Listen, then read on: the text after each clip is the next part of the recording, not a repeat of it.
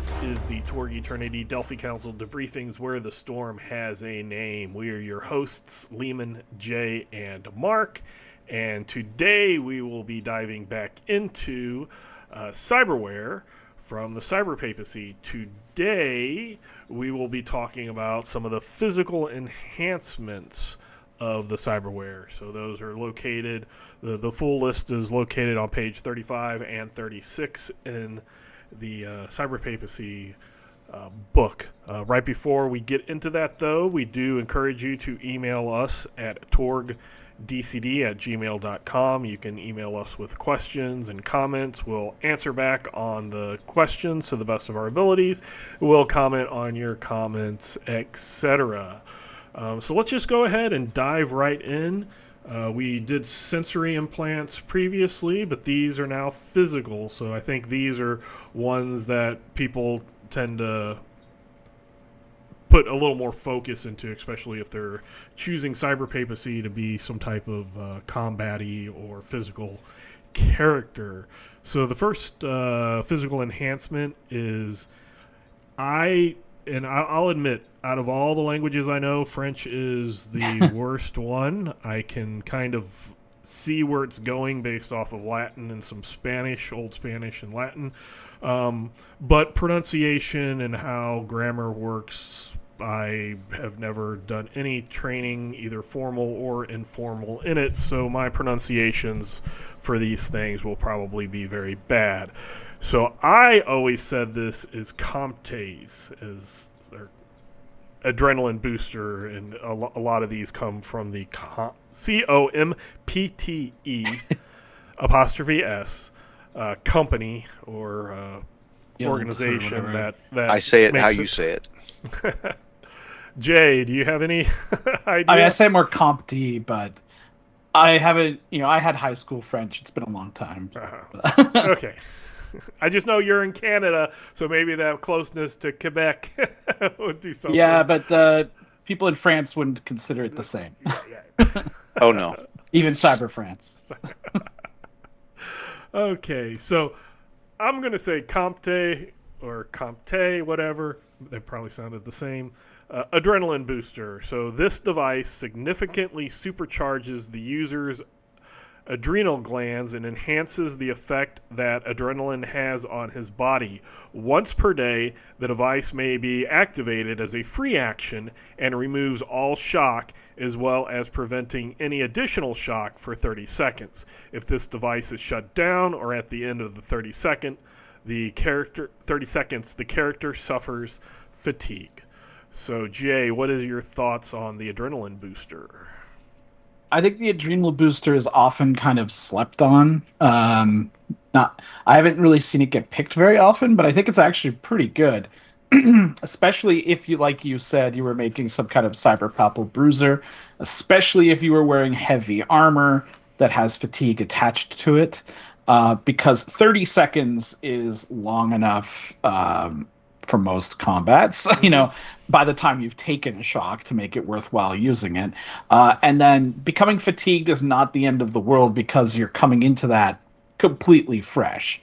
So, I mean, what's the worst? Oh, you were fatigued before. I mean, so now correct me if I'm wrong here. The fact that it's a free action means that can be done as a reaction, right? Or can it only be done on your turn? It can be done at any time. So as soon as you take some damage and you either don't have a possibility to soak that last 2 shock that's going to put you over, you can activate it. Right. So it's got a lot of flexibility that way.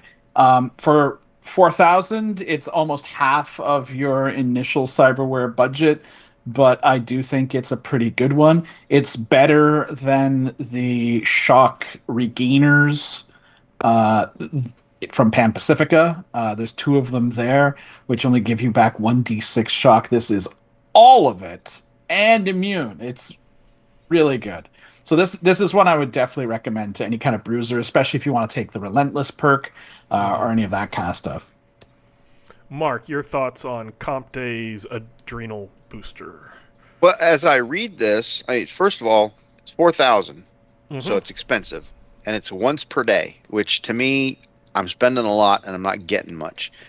I get that days can happen rapidly in game, depending on what kind of time scale you're using or what you're doing in the game. But for the most part, a day doesn't really translate to, in my opinion, it doesn't really translate to scenes and acts as far as how the use value of something. I think that ought to be reworked in not a day, but into maybe once per act, because that's more the standardized as far as the game's concerned. But it does say it prevents all shock. So if you have to take shock in order to benefit from something, I would think that you can no longer use those abilities while this is running. So there's there's another big downside to this. So for 30 seconds, you've just shut off anything that you did. This is not all these things that I can do when I take shock, I no longer take the shock and I can still do these things. No, you can't do those things. You have to suffer the shock in order to do the thing. And if you can't take the shock, you can't do the thing, whatever the thing is, because there's a bunch of them out there that do that. I don't know that I would ever take this. It seems to be the juice is not worth the squeeze. Is it cool to eliminate all shock and then not take any for 30 seconds? Yeah, and I can see that would be very useful in the dramatic fight at the end of the act or at the beginning of the act or wherever it is. But you're going to have to guess right and then trigger it at the right time. And if you really want to get the full benefit of it, you have to be a shock monkey who takes a bunch of shock to do stuff.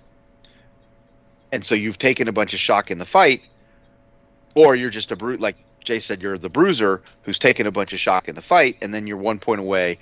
And so, boom, I activate this. I wipe that all out, and now I can't take any as I stand there and pound on things, and things pound on me.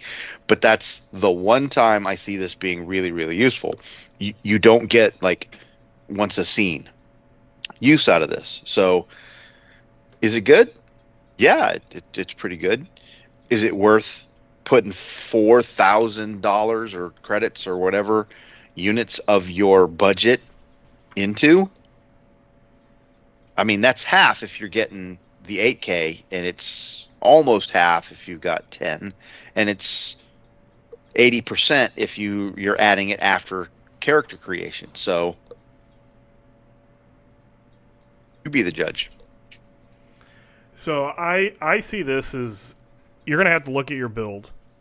I completely agree with Jay that if you're a bruiser who is not doing the things that require you to suffer shock in order to do, this is going to be useful, especially if fatigue tends to come up a lot on the card plays, and just taking if you're up there. And I've in my game, my personal games, I've had so many big bad guys, the end guy, who was shocked out instead of wounded out, that this would be great for a cyberpapal big bad guy villain, as they're whittling down, and then he just, poof, don't have it, and I'm not taking shock. So if you have a Storm Knight that kind of follows that type thing, where your toughness is high enough to prevent you from getting wounded, but those shocks start adding up, I think this is really good. That it is removing all shock. You can wait up until that last one, and you don't have to worry about it, as we clarified with the free action. You could just wait until right when you're taking that shock that's going to knock you out and prevent it from happening, and then you don't have to worry about it for the next three rounds or so. And then you take some fatigue, which, as Jay pointed out, you're fresh. You haven't taken any during those 30 seconds, so it might be 2-3 points depending on your armor and stuff. So if you go that way, it's good. If you go the way that Mark was saying, as a person who has perks and abilities and stuff that they must spend shock, this will nullify it during those 30 seconds. So they could be doing their thing, get a whole bunch of shock, and then by eliminating it, that part is great, but the now I can't do my thing for 3 rounds does kind of suck. But we will get into other ones later that do ignoring certain shock or doing stuff with shock, that this might be an alternative to use. So I see it as something pretty cool. The 4,000 cost is probably not something that I would spend with my initial Cyberware 10,000, but I definitely could see it with the next. Is it recalibrated Cyberware, I believe, which is the perk for the next perk, or with the getting Cyberware again for a second time, which is so I could definitely see it as part of that. And again, I would say depending on your build. So let's move on to Comte's Detox, which is this upgrade to the liver supercharges the metabolism of poisons and toxins. The character is immune to poison, including alcohol. They specifically put that in there. So Jay, what are your thoughts on the Detox? What's the definition of toxin here? Does this include venom? Or just poison? So if it's just poison, not worth it even remotely. Maybe poison gas in the Nile Empire, you might get it. But I think it would cover anything that the game mechanic uses. That has the game mechanic poison. Yeah. So then it's potentially a bit more useful. It is a relatively rare thing to come up.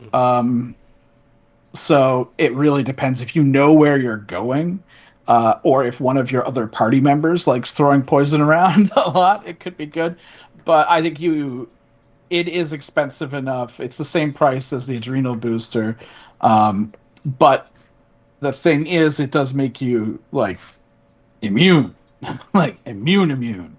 So that if you plan to be the person spewing poisons, that could be good, except not for your party members, probably. So it really depends on your build. I would not normally see it as being something I would pay for, but depending on what the group is doing, and maybe if you're having an extended campaign somewhere where there's a lot of poison, it could be very useful and possibly campaign breaking. Who knows? Mark, what are your thoughts on Comte's Detox? So this is another 4,000 piece of cyberware, and as Jay pointed out, it's not going to come up that often unless you're constantly getting poisoned. And I guess, Leamon, you get to speak to what a toxin is, the definition thereof, and provide the official statement on that one. I would probably open it broad enough because it costs so much. I would probably broaden that to include envenomation and things of that nature, just because that just seems kind of fair to me. But I'm going to put this in the category of probably good for somebody to take, for a GM to put on a villain. But I'm probably not taking this as a Storm Knight just because the cost is so high and it's got such limited use for me. But, death traps, poison gas in the Nile Empire, that's a big time problem. It's, quicksand, poison gas, those are up there. That they're problems in the Nile. Everywhere else, not so much. Yeah, I could see this also being decent in the Living Land, where there's a lot of weapons that could be poisoned or things like that. But yeah, I would say that this is something that if it wasn't so much, it would be nice. Like it, as Jay said, just immune is nice. It's not you take damage off, or your toughness is boosted by a 2 or a 4 or something when dealing with poison damage. You're just immune. So that's nice to just go, I'm immune. If you look on the chart, it just says immune to poison. Again, as we said, it says it includes toxins, and then determining what is a toxin is something that I would say the game master and their table would need to. I would probably allow it to work with venom and other type of things. Maybe not radiation, but similar other type things like, I don't know, lead poisoning is poison in the name, Yeah. but like heavy metals or something like that might be able to get out of. It does say alcohol, so you could pretend to be drunk and not actually. I mean, it is. It specifies the it's liver, so I don't know if that right, would really affect venom. because that's more nervous system. But if you compare it to the TSE clamp, which just makes you immune to gases and inhalation, like we talked about before, that is half the price of this, and seems way more useful. Right, and this is something that, if for whatever reason I decided to get it for a character and it came up, I would be really happy and feel justified. Yeah. But if I got this and it never came up, I would feel shortchanged or something. So I would almost encourage game masters that if your players, if a player would get this, just sometime throw in a poison to make that purchase worth something, make the other characters a little, squeamish or whatever. I remember there's an occult tech thing that allows you to like hold your breath, and I thought it would be good against poisons and stuff, like you had said in the Cyberware version. But an adventure or two down the line, I ended up in swimming or in the water, getting. I don't remember if I jumped overboard on purpose or if I fell off. But that actually then was like, okay, I'm actually using this for something that I didn't even think about, because it was closed off everything and gave you X amount of rounds to be able to not pass out. So again, when you take those things as a player, you feel justified for taking them when they're useful. When they're not used, you just feel like there's half my budget, my starting budget, that's not being used. So that's something that you'll have to determine. And again, if you're in the Nile Empire, you do a lot of Nile Empire living land, I could see where that's a little bit more useful. Maybe even Pan Pacifica or Tharcold, assassinations through poison type stuff. But in your typical adventure, I don't really see it. So again, for me, it's one of those, if it happens and you have it, you're like, yes. But my luck is I would get poisoned. I would say, oh, I'm going to get this to prevent this bad thing from happening. And then I would get it, and I would never run into another situation, because that's my luck. And then if I didn't, then it would happen, and it would be like, see, you should have got it. So that's how my player characters usually end up. If they get it, they don't need it. If they don't have it, they need it. So that's just my experience. So let's go ahead and move on to the next one, which is Comte's Endo Boost, which is another once per day. Once per day is a simple action. This implement can inject high amounts of endorphins into the user's bloodstream, reducing his sensitivity to pain. For the remainder of the scene, the character ignores all wound penalties. So, Jay, what are your thoughts about the Endo Boost? Oh, man. So not worth it. So, first of all, unless you're playing on Roll20 or other VTT or something that automatically tracks it when you take damage, I don't know very many people that even remember to apply wound penalties in the first place. Players have a tendency to forget about it, but and they would be very good at going, hey, that thing that happened 3 rounds ago, I forgot I had a +2. They're never going to say, oh, that thing that happened last round, I actually should have had a -2. Yeah, so that combined with the fact that this is only once per day, and it's one of those things which is going to come up again in a bit. Spending a bunch of your resources on an ability that requires you to have already failed is generally not attractive to most players. They would rather have abilities that make them better at succeeding at what they're doing and not have to worry about failing at all. So it requires you to get wounded most players don't want to get wounded. They try to soak early and often, if possible, because it could be a death spiral if you are remembering to use wound penalties. And wounds are one of the things that kind of sometimes will add some drama to it, but it's not even the most common thing to happen. So for the amount this is, 4,000 again, same as those other two. So out of the three, this is easily the least worth 4,000 bucks to potentially ignore a 3-point penalty at the most. So yeah, no. Yeah. Mark, what are your thoughts on the Endo boost? I'm pretty much with Jay. So another 4,000. I will say that as a GM, we kind of get used to, hey, you're wounded. Did you put your wound penalty in that? Oh yeah, and I'll try and, but like Jay said, the virtual tabletop kind of takes care of that for you, and so people tend to not think about it at all and go, oh, why do I have that -2? Oh yeah, I took 2 wounds. Is this a good thing?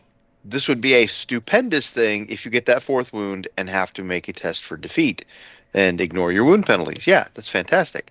It's a lot of your budget for cyberware to get to the point that you're only going to use it if you're, going to die. And a lot of players have, as Jay pointed out, rightly, an aversion to that because you can't take the 4th wound if you don't take the 1st one. So is this, I don't know anybody who's ever taken this.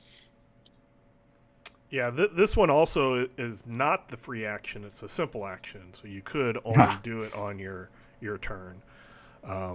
So I just went over that because I was remembering about the adrenal booster going, well, maybe it's a free action. No, it's a simple action, so you have to do it on It does at least last a scene. It does last an entire scene.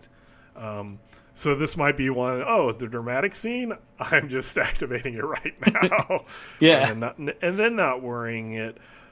But I would agree, this is kind of like the ones that let you choose either spirit or strength to base your defeat tests. If you're already that, it's better to not get there than to, in my opinion, than to get to the end and then need it. So, I mean, this one is also really going to depend on you and your group if you remember to do the wound penalties. And I know some groups just don't like doing them because either they forget them or they just don't like them. So then it is no use. I could almost see a group saying, where the game master goes, everybody starts off with a free perk. And it's just always on because I don't want to have to deal with the rule and have it in game as a reason why a rule isn't done. But in that case, I would just house rule that we're not worrying about wound penalties, and villains aren't worrying about wound penalties also, because what's beneficial for the one side is good for the other side as well. So let's move on to Comte's Stabilizer with a ZA, so not stabilizer but stabilizer. What are your thoughts on the Stabilizer, Jay? This is a weird one, and it's so many NPCs have this. I think it really depends on when you get it and what you're doing. So first of all, it's $5,000, so half of your initial budget. For a PC, I don't know if this is really worth it that often, but if you get it as part of your initial package, when your skills, I mean, I guess it doesn't really matter when you get it. If you're planning on having dodge, maneuver, melee, or unarmed defenses up really high, like your defenses, then this could potentially be cheaper than spending the same amount of XP to increase all of those. So if you are going to be in the melee, essentially, if you're going to be a target, if you're a tank, then this could be good. Because depending on when you get this perk, if you get it early enough and there hasn't been too much perk tax, if you get it too late, it's definitely not worth the XP. But if you get it early, then I think it can be. So it's really going to depend, because especially at the beginning, a +1, just another +1 on defense can really change things. They add up. So if you have a pretty high skill, if you've maxed out before taking mastery or something like that, um, and this just gets you that extra little hump, I think it could be worth it, but it's really specific because it really takes up a huge chunk. And like I said, I've seen a lot of enemies with it. It was initially part of like one of the packages when those were being play tested, and it didn't really help those enemies too much. So your mileage may vary. I did forget to actually read it. It is the stabilizer replaces the user's cochlea and improves balance, allowing quick movements of the head without becoming dizzy or experiencing vertigo. The user gains +1 to her dodge, maneuver, melee, and unarmed defenses. So that's how it actually reads. So that's why Jay mentioned those 4 skills. So, Mark, what are your thoughts of the Comte Stabilizer? I actually like this one. It is expensive. It's half your budget or more, or all of it, depending on when you take this. But you get a +1 to your dodge, and I frequently have seen both players and the bad guys beat the attack by 1. And when it happens, you're like, thank you, whatever source that +1 came from, and you're very happy you have it. But not only that, I mean, like when you spend a point of XP to raise dodge by 1 point, or 2 points to raise it by 2, or whatever your dodge, when you build your character, this could be a very valuable perk to put to add, or piece of gear to add on, because it's not just a +1 to your dodge, it's a +1 to your dodge, your maneuver, melee, unarmed defenses, and it makes them favored. Oh no, wait, I was reading something else. Never mind. It's +1 to all those things. I was reading something down the list. So there's a lot of if we look at right after character creation, and you've put 3 in your dodge, well, this is that's 4 of the XP right off the bat. If you've got 3 in maneuver, that's another 4. If you've got 3 in melee, that's another 4. So this is potentially a 12 point worth 12 points of XP that you didn't have, you spent for, if it's the first perk you take and you get 5, you spend all 5 on it, that's 5 XP. You got 12 XP worth of math for 5. So I think it's got more value early than it does late, as far as the simple math on the XP is concerned. Regardless of when you take it, though, it's bumping everything by +1, and that's kind of strong. You have to judge whether or not if it's worth the 5,000 that you got to pay for it. But of the ones we've discussed so far, I like this one the best. Yeah, and as a clarification, this is actually by the official rules currently. It is not a bonus, it is an actual increase. It follows the same language as super skill from the main book, super attribute from the main book, which is you use this to increase instead of using XP to increase. And again, depending, am I using all 4 of these? Am I only using 1 of these? When am I buying it? What perks have I already bought? Because with each perk, it goes up by 2 XP for each of additional perk. So first is 5, then 7, then 9. Depending on how many you have before this, it will be cheaper or more expensive than what your current adds in, bumping them all by 1. So this is one that could be very beneficial, and a lot of players I know are number crunchers and like figuring out where those extra, if I put 3 adds in this skill, it's better than if I take a skill at 1 add for the future when I buy those with XP. So that's just one of the things that you would have to take into account. But it's just what we determine, it's a 5,000, so half your budget for kind of 2 of the super skill perks. Super skill increases 1 skill by 2. This increases 4 by 1, but it's still kind of a total of basically double. It's like for the defense stuff.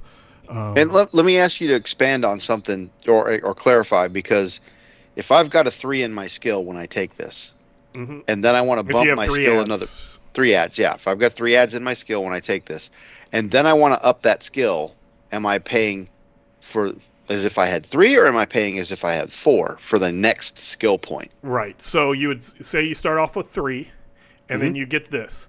Now you have 4. So it's not a 3 with a little hidden +1 to make it a 4. Okay. So it counts as if you had 4 in the skill. So and you pay if you want to buy it again, then you're paying for 5. Correct. Okay. That actually makes this considerably worse then, because you're not getting that +1 on attacks. What makes it better if you take it later, though, because it's for whatever totally flips it. There's a point where they cross. Yeah, there's absolutely a point where they cross in value. Right. So depending on your math, when you get it, how many adds you have in it, what the perk cost for getting this is in opposition of what it is for the other stuff. So it's just really going to be a strange type thing. But the language that I'm reading is pretty much the same as it is for the super attribute. This is something I personally, in my home game, would have as a bonus, because I have super skill and super attribute as a bonus for the sake of the XP not getting all out of whack for everybody. That's one of my house rules. I would do that for this. Not necessarily saying you should do it my way. I'm just saying that if the math seems bad, then there is a way to use this that's different. That's just a bonus +1, and then you, as the game master, could determine, is it a stacking bonus or not a stacking bonus. I'm not going to get into that philosophy. But normally for the defenses side of things, it's not a... you usually don't get a lot of bonuses just for the defense side of things. So very, very interesting. Could be good, could be bad, depending on when and how you use it and spend the XP. So we can move on to Cyberham Synthavoice, which is this device alters the user's voice, enable it to sound differently, or if a voice pattern has been recorded, replicate a specific person's voice. Recording a person's voice requires an in-person conversation. Transmissions are insufficient, but meeting in the GodNet suffices, of at least 30 seconds using specific words, or a casual conversation of 5 minutes. Lock-picking tests to fool a voice scanner with a recorded pattern are automatically passed with an outstanding success. Without a specific voice print recording, the test is favored instead, and this is 1,000. So Jay, what are your thoughts on the Synthavoice? I think this is a pretty good one if you are an infiltrator or social engineer type character, or even hacker. It's pretty good. The fact that it just basically works. Voice locks are the thing that they mention, but obviously there's other uses for being able to sound exactly like somebody. So there's just tons of those, and any player who would take this, I'm sure, will be able to run with it. And for 1,000, easy. So if it fits into your character at all, great, in my opinion. Mark, what are your thoughts on the Synthavoice? Almost a requirement. If you have cyberware, you're going to run around, you're going to do your math on the big stuff and end up with these little chunks of your credits left over, and 1,000.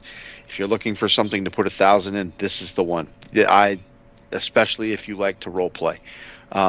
This tool is useful. It says so, it has so little actual game mechanic involved in it, but it is actually super, super useful. And I would contend that if you're doing trick as your interaction attack, and you can, in combat, explain how your trick is using your voice. I might give you the +1 on your trick in combat too. There's just so many things you can do with this, from the standpoint of role playing, and I like it. I like it a lot. It is a very.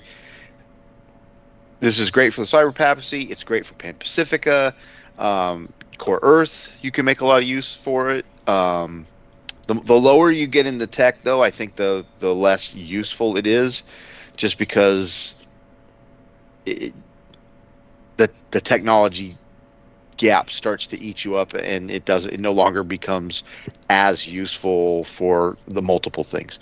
Can you still fool people with your voice? Absolutely. I mean, ventriloquism's been around for a long time. Impressionists, whatnot. Yeah, I like it. I like it a lot. I think it's very economical. I think it's almost a requirement that you take this every time you get cyberware.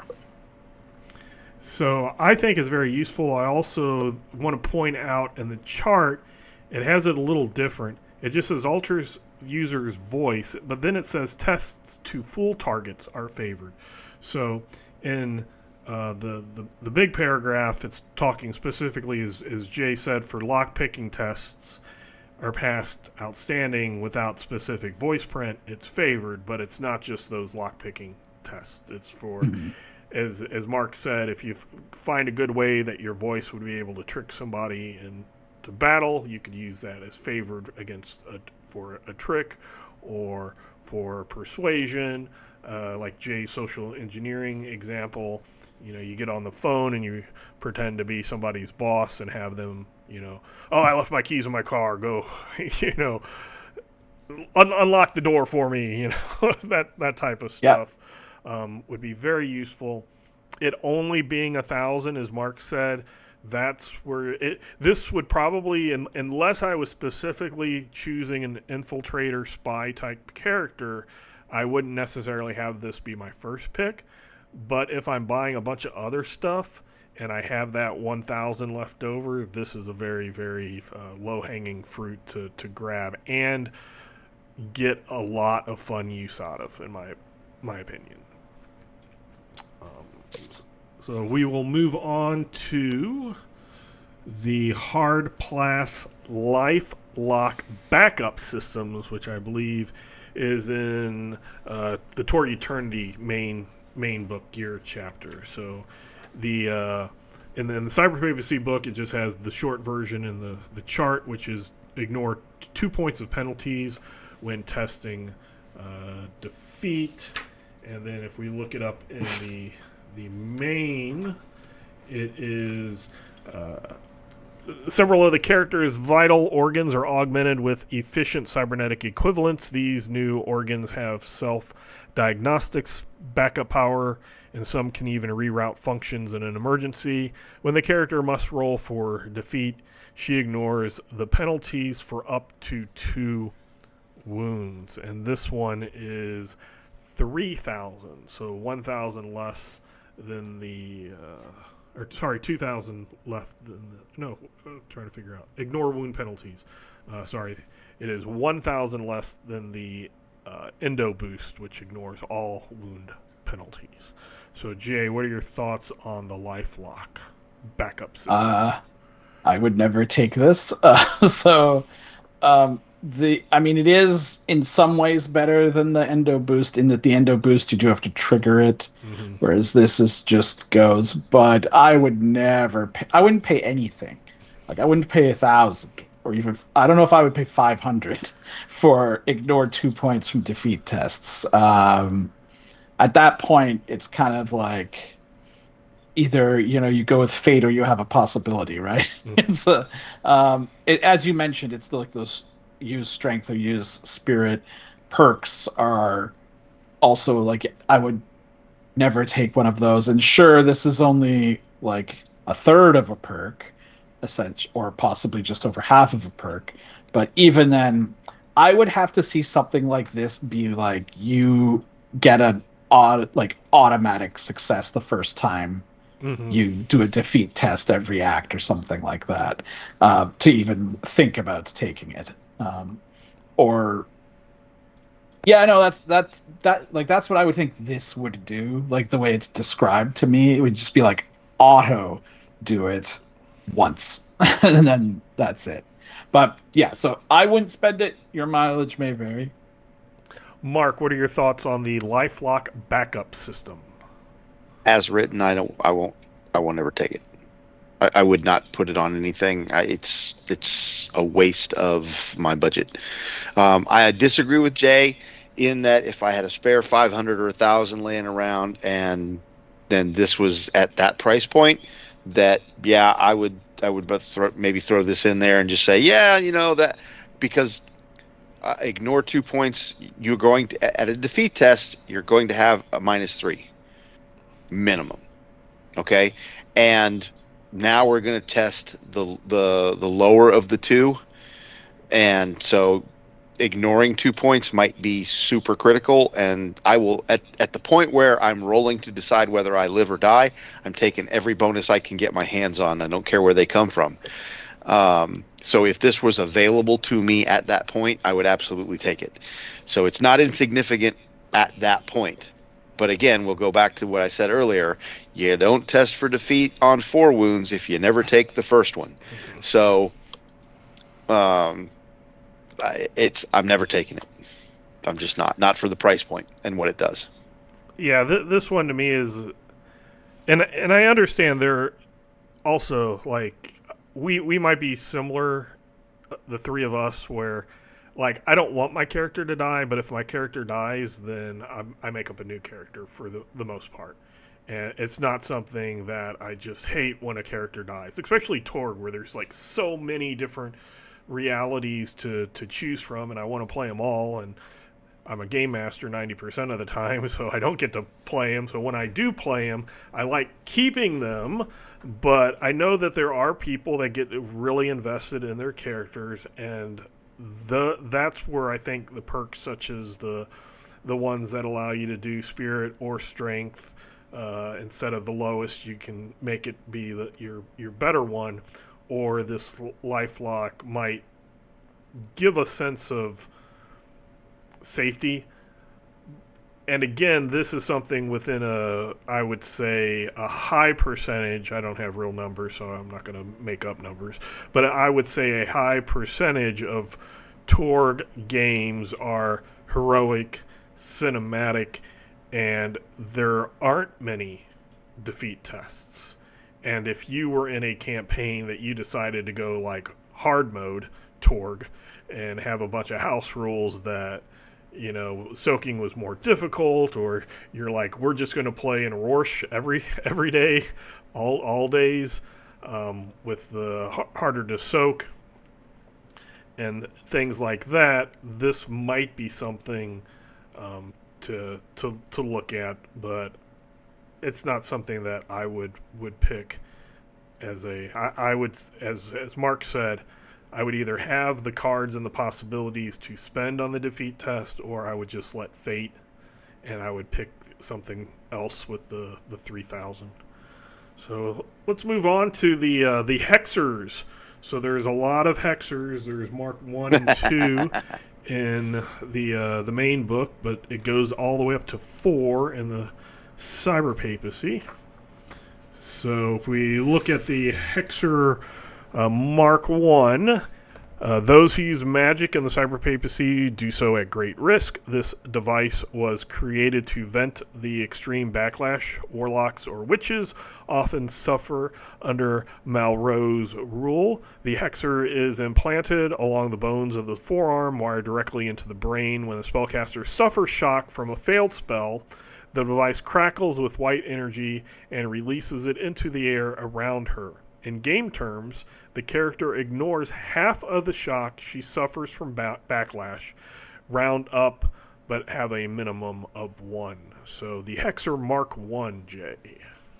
So the one thing that's very important to realize about the Hexers is that they're all upgrades onto each other, and you need to have the previous version. So even though they're all listed as 5K, which we have discussed is already kind of expensive for cybernetics, it's really 5, 10, 15, 20K, right? If you want to go all the way.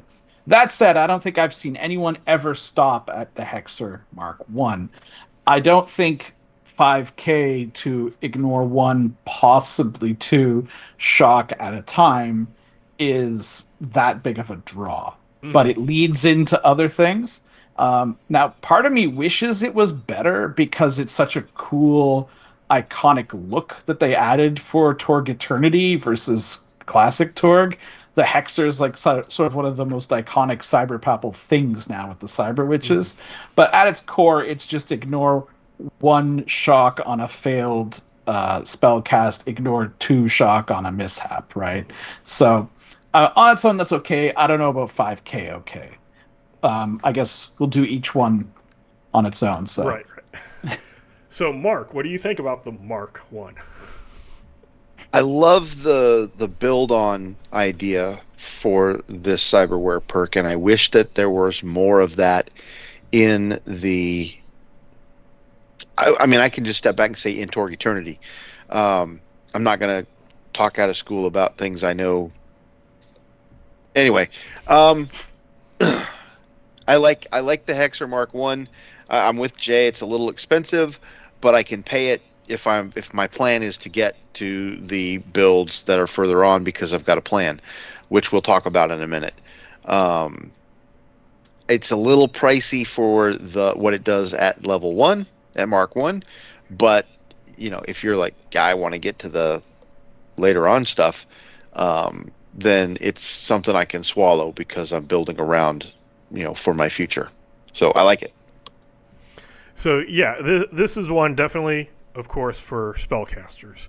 So because it prevents backlash. If you're going any type of non-spellcaster, even a hybrid, I wouldn't necessarily say that this is worth the 5,000 because then you're not just building on this. But if you build on the Mark 1, get the Mark 2, Mark 3, they kind of add up. So these would be probably starting character would start with this probably after their first perk that they buy. I could see being the Mark II, and then moving on. It also is it's good and bad with the half. So and it only being spells. So you're only worried when you're failing. But if you don't have the skill to where you're succeeding regularly, this might be good. But it's not the prevention of shock in all cases. So if you did have the thing, the various things that allow you to suffer shock and do things, then it would work with that because it wouldn't affect it at all. They're two different shock sources.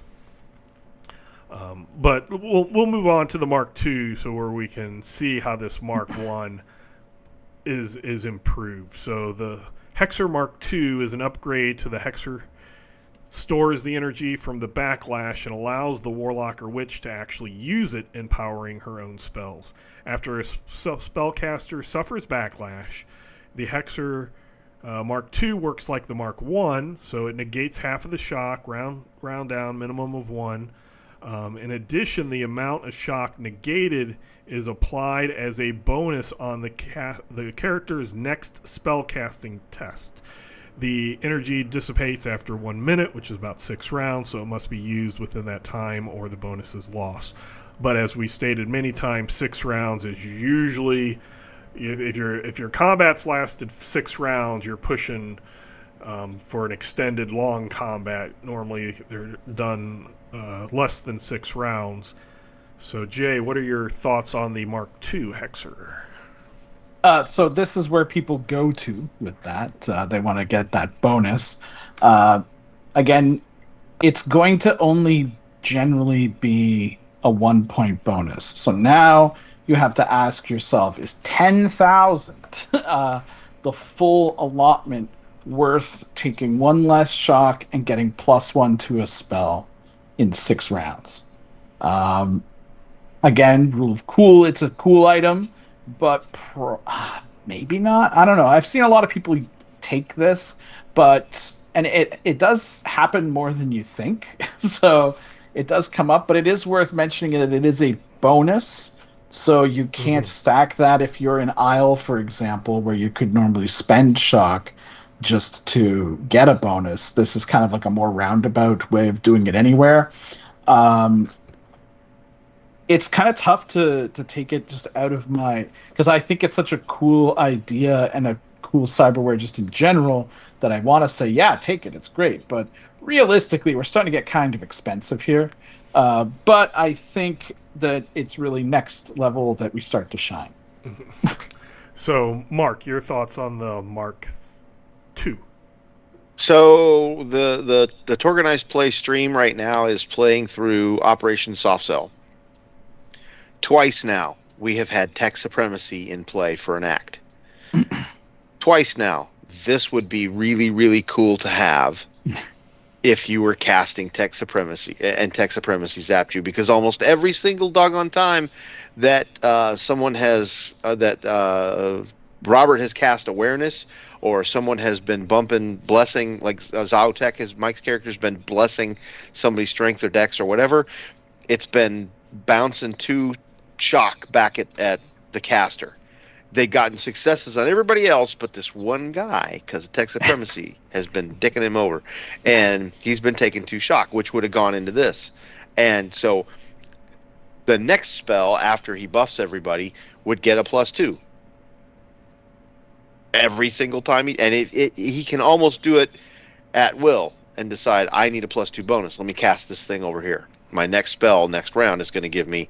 And he's buffing 4 out of 5 of us and getting a +2 bonus for the next spell that he's throwing out there. So I like it. I like it a lot. I think that, if you...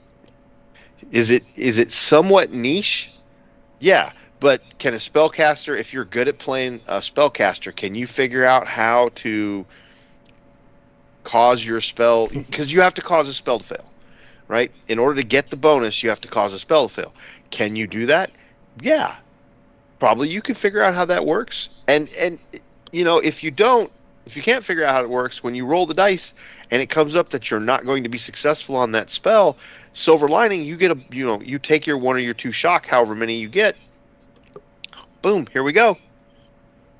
But okay, now I'm going to cast the thing that I'm really going to, I need the bonus on. He's vulnerable, and I get a +1 or a +2 or whatever. So yeah, I like it. I like where we're going with this. I do think, from Jay's point, it's more often than not going to be a +1, and 10,000 is quite a bit to pay to get to +1.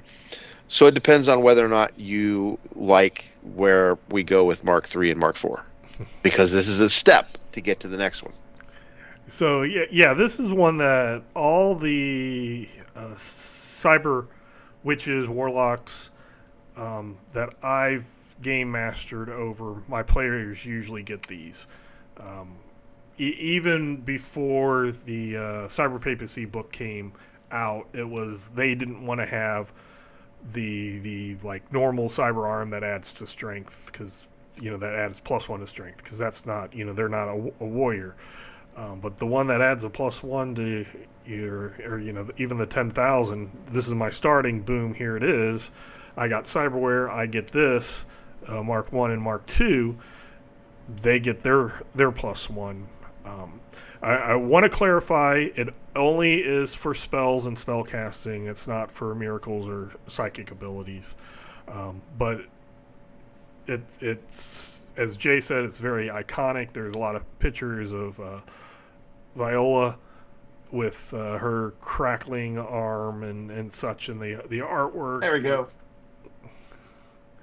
Yeah, we're over his shoulder there if you're watching in YouTube. But let's move to the Mark III. So the Cyber Witch is now capable of channeling the arcane energies to directly increase the damage of her spells. When any shock is ignored by the Hexer implant, the caster may choose to keep the effects of the Hexer Mark II. So that's still what we discussed. That's a choice. Or you can make your next spell that causes damage cause an additional 1 bonus die of damage. This choice can be made before casting, or the choice can be made before casting the next spell. So, Jay, what are your thoughts on the Mark III? So, +1s to hit, dime a dozen. There's a lot of ways to get those, and it's a bonus, so it doesn't stack with other stuff. Plus bonus dice of damage, however, that's what people like to see. That's why coup de grace is one of the most traded cards. So people will knock over their own mother to get +1 BD in my Torg games. And at this point, like, wait, if you're spending $15,000 worth of perk slots on this, you're probably not a brand spanking new character. You've probably also got a pretty decent magic skill level. You're probably going to be hitting without that +1. Like, that +1's not going to be what makes or breaks it usually. Sure, there's like a 1 in 5 chance that +1 would have gotten you a bonus die anyway. But a lot of the time, especially if you're shooting a bunch of mooks and you've already got it outstanding, this could just be another one. And the fact that you get the energy, it's stored in the Hexer, but you don't have to choose whether it's a bonus to hit or the bonus damage until you cast the spell. So it gives you a little bit of wiggle room as well. So this is usually the end game that I've seen. I haven't really seen anyone go to the next level. But, yeah, really good. Whether it's worth 15K, that's the big question, because that is a lot of your Cyberware budget. So, Mark, your thoughts on the Mark III Hexer? Love the Mark III. I'm with Jay. This is where people go. This is why people get the Hexer line and go through it, because they want to get to this. The BD is usually how it's used. But I love the fact that it's flexible, because it's still applicable to all the spells you cast, not just some of the spells you cast. If it's damage inducing, you're going to use that energy for a BD, guaranteed, every time, or you should. If it's not damage inducing and you're casting to get to levels of success, you're going to use that energy as a bonus every time. So my question is it a may or is it a has to? So if you got energy in your Hexer and you cast, do you have to use the energy, or can you keep storing it? And here's another one. If I fail 2 spells in a row, do they stack? Is it a capacitor that stores multiple points of shock, so that I had a 1 before, now I have 3 because I just took 1 the first time, but I took 2 the second time. So now do I have a +3 bonus? Or do I have a +2 bonus?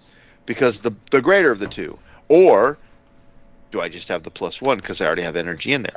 I'm waiting for Leamon's turn, but I like it. I like it a lot. This is where people go with it, and I think this is arguably why you take the Hexer line, is to get to this, because this is, as Jay said, people would knock their own mother over to get a BD. So here is what I would say. I actually don't think any of my spellcasters have not tried to use it like immediately after they've gained it.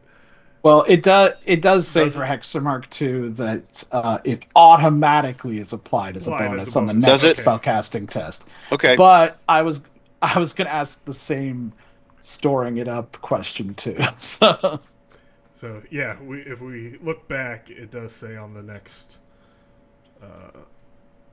under the next Hexer Mark spellcasting. II. So yeah, if you don't spellcast, you're not. Then it can store up for a minute. But if you cast a spell, that energy is gonna need to diffuse. Although I could definitely see maybe a Mark V, Hexer Mark V, or a perk, a lone perk like Hexer Master, or something like that would allow it to store up. I think that could be a pretty cool idea because again, we've talked about combats usually only last so long. They usually, if you're getting to that 6th round, so if somebody's going to spend 5 rounds failing spells to, get a bunch of, 3 BD or a +6 or something to cast once at the very end, why not? It's the rest of it is this guy failing. Well, because it doesn't say that It doesn't say that every point of shock translates into a BD. It says the shock translates into a BD. So the Right. energy is 1 BD. Doesn't matter if it's 1, 2, or 3. But my question remains that if I cast a spell and I fail and I get that +1 because I took a point of shock, and the very next spell I cast fails as well, did I take that point and put it into the failure? And so whatever I fail comes back into whatever I got from that one? Or do I now have whatever the 1 point that I had, and this one fails, and now I have however many points I got total? Right. Okay. So I'll answer or clarify twice. The first was just me saying this would be a cool Mark 5, which doesn't exist, or a perk which doesn't exist, house rule, to allow a person to continue to build it up. So that's where I was going with that, which was just I think this would be a cool house rule. I wouldn't necessarily consider it imbalanced because you're failing to get there. So you fail 3, 5 rounds, and then you do the thing that's really cool and make you feel You're good. talking about the storing it, not automatically spending it. Right. That's what you're... As a not official thing, but just off the top of my head, I like that idea. I could see that being a homebrew rule. Now, for the other one, since you're required to use it, even though you failed, you used it, but still failed, so that energy got used, and then the new failure absorbs the energy. So that doesn't build if you fail because you've used it even. You used it, but you didn't use it wisely. But it didn't work. So that's how that works. But again, what I said earlier was just my thoughts of something that would be cool because it's just the time mechanics on how long combat lasts. I would feel cool as a game master to let a player fail a bunch of times and then come out with a possible thing that they either get a really nice bonus number or some really nice bonus damage, because even when you have the real cool bad guy and you're able as a game master, not the one shot the bad guy's dead, which we've experienced, where the big bad guy dead, but you have one that the fight's going really tough, and it almost looks like the Storm Knights are going to lose, and then the guy who's been failing spells all of a sudden comes out and does a whammy. I can see that being, a hands raised, moment, I think that's a feel-good moment. But that is the Hexer Mark III, 5,000 plus the other 10,000, the 15,000. So you're committed. You are committed. Yeah. Oh yeah. But then we'll see how much you're committed. Do you go for the 4?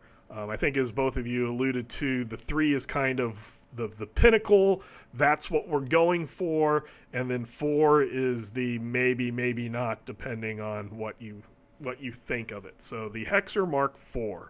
The Mark IV is the current state-of-the-art device in backlash mitigation. So even though we're talking about spellcasting bonuses and bonuses to damage, the whole concept behind the Hexer is backlash mitigation, shock mitigation for failing. And one of the things that happens in the Cyber Papacy, and sort of similar in Tharcold, is that if you mishap, you summon a demon. So the Mark IV is the current state-of-the-art device, and backlash mitigation can actually contain a single demon accidentally summoned by the Cyber Witch, such as by heretical magic card, and place it in storage. While stored, the implant crackles with energy, causes a -2 penalty to spellcasting tests, and the demon may be released as a free action, which we discussed earlier is anytime you want it to, or exercised, which then you would look at the rules on page 24 to figure out how to exercise that demon. So, Jay, what are your thoughts on the Hexer Mark IV? This is one of those really niche kind of things we talked about. but when it happens, it's just like, oh, thank God, right? It's so good, and I think a lot of whether this is worth for you or not is dependent on how often you're in the cyber papacy, because there's plenty of ways you can a mishap can summon a demon. There are the heretical magic cards. I believe there's multiple Cosm cards that can cause this. So there's a lot of ways it can happen. And then depending on what your group is like and depending on what you're doing, you could potentially use this demon for stuff and shenanigans. You can let loose in a church or in a church police precinct or something like that. Of course, doing that will get you a bad rap, and that's what the church is kind of already saying the Delphi Council is doing. So you probably don't want to do that. But yeah, just it sure beats having a demon also running amok in your combat. It's really going to depend on how the game master feels about these things, because personally, I feel that this would only really work with cyber papal demons and not like Eilish or Tharkold's demons or even Core Earth demons necessarily, specifically because it's about backlash, mitigation, and the demons are summoned from the law of heretical magic because the demons in the cyber papacy are actually in the hell sector of the godnet, so they're like actual digital spirits that are summoned when these things happen, and then they can either possess somebody or manifest physically, which is a bit different than, although the Tharkolds were summoned way back when, they've kind of been running around physically. That's really going to be, your mileage may vary. I imagine most GMs aren't going to think about it that much, to be honest, but just keep in mind it's probably meant for cyber papacy demons.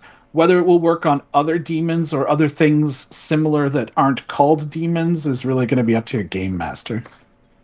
So, Mark, what are your thoughts on the Hexer Mark IV?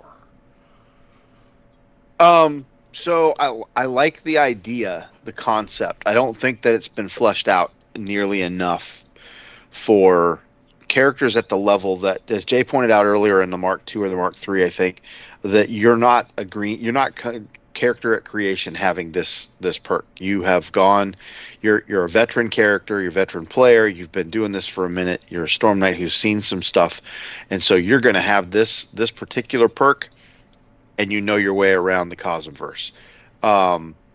Because of that, I think there needs to be more information on the demon controlled and how you can, once it's contained, can you communicate with it while it's inside your Hexer?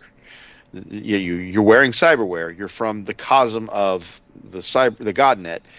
Hacking is a thing. Cyberdecks plug into your gear. You're interwired. Blah blah blah. Can you talk to the demon that's stored? Is that important? Is it not important? When you release the demon, is it still considered summoned to you? Like, in Torg Eternity, when we play this, you summon a demon, it's pissed off that it's here, and it's going to come attack the cyber witch you summoned it. And is it still hell-bent on attacking whoever stored it? Like it's mad you contained it for a while. What's the deal going on there? And to Jay's point about other demons, you're going to have, as a game master, you're going to kind of have to figure out the lore behind what it means to be a demon. Do you have devils? Are those different? Are they the same? I would absolutely not let this work on a Tharkoldu, which, they label them as demons, but that's kind of a misnomer based on what this is. Is this the same kind of demon that gets summoned, as Jay said, from another Cosm that's got maybe the same name? Or are Rorsch demons, candidates to be stored into this thing? That's up to each GM. But if all of your demons share a similar lineage because you have decided that hell is a real place and all demons come from hell, this is just one kind of demon and this is another kind of demon, but they all come from the same place. Maybe they all work. I don't know. But that's for each game master, I think, to determine based on how they want to have their Cosmverse. And this is probably deep in the weeds of demon lore for your Cosm that you were like, I hadn't thought about this. This one little thing is going to be that world building.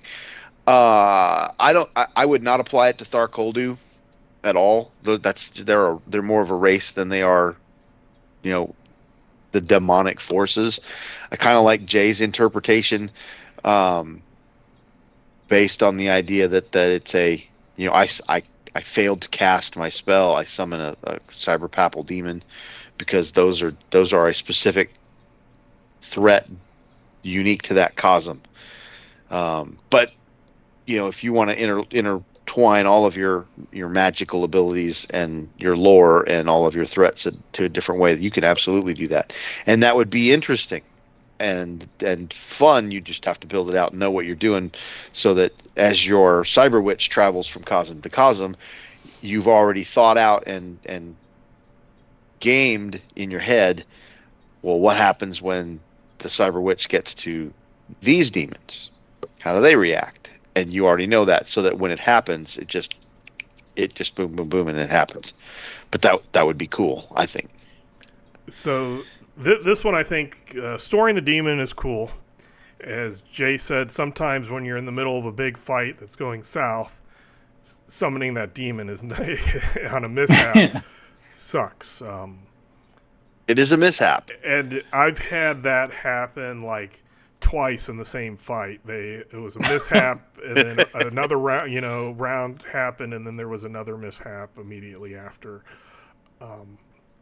Very, very bad. This would have came in handy, and then you could determine, like Jay was saying, hey, let's set this thing loose. Hey, we got captured by the church police. We're in cells. Let's let this thing out in the police department and, use it as a distraction for a getaway. Or you could just be okay, now that fight's done. Let's heal ourselves. Everybody get ready. We're going to kill a demon. Let it out. And then you have your fight with the single demon instead of... Film it. Yeah. And you're prepared, you're prepped and stuff. The -2 penalty kind of sucks. There's nothing. Doesn't kind of suck. That's a constant stymie. That's constantly -2. But again, I think in a lot of fights you would rather have one person have a -2 than a demon rampaging around. As far as my thoughts on the Tharkoldu other cosmons and stuff, this specifically stores a demon's accidentally summoned through mishaps that are either world laws or cosm cards. Thinking on it further while Mark was talking, the Tharkoldu aren't summoned, they just sense it. And fly then they over. Fly over. Right. So they're not actually magically summoned. Right. Although I will correct, Tharkoldu and classic Torg were more of a race or species that looked like demons, and the humans called them demons. In Torg Eternity, they are actual demons created from negative emotions, and they are born, so not spawned, whatever, they poof, and they're there once enough evil thoughts and happenings coalesce, basically. On the Tharkold, as Jay said, they're kind of like they sense a magic is over there, magic is us, some stupid pav monkey is trying to do my magic, I'm going to go over and kill them, and then they fly over. If that's the way that you would have it, then probably the Hexer wouldn't work for you. But if you would have it where they're there, and they appeared and they're quote-unquote summoned, then I would allow it. So that might be something think about as a game master, or all your Tharkoldu just see the thing and go over, or some of them, that bad thing happened and it made a demon appear, summoned, flip a die, roll a die. If you're in the Cur. Or you're in the Cur, and they pop up. Ooh. It could happen. This one, I definitely see 1, 2, and 3 as everybody's going to take that's going this route. Yeah. 4 is a little more do I or don't I. It's a little more niche, but I think I've seen demon summoned so many more times than defeat tests or wound Right. penalties mattering. And if you go for 1, 2, and 3, and you're just like, I just need 4, it probably will come into play if you have any type of mid to long term campaign going, which is really nice. So that is all of the physical enhancements for Cyberware. We do thank you for being with us for this episode, and catch us next week for a new episode. We'll probably get back into the last chapter of Fires of Ra and then come back for more Cyberware goodness. Having said that, please do email us at torgdcd@gmail.com with your questions and comments, and we will answer and comment back. But until then, we hope you have fun in your own Cosmverse. Bye.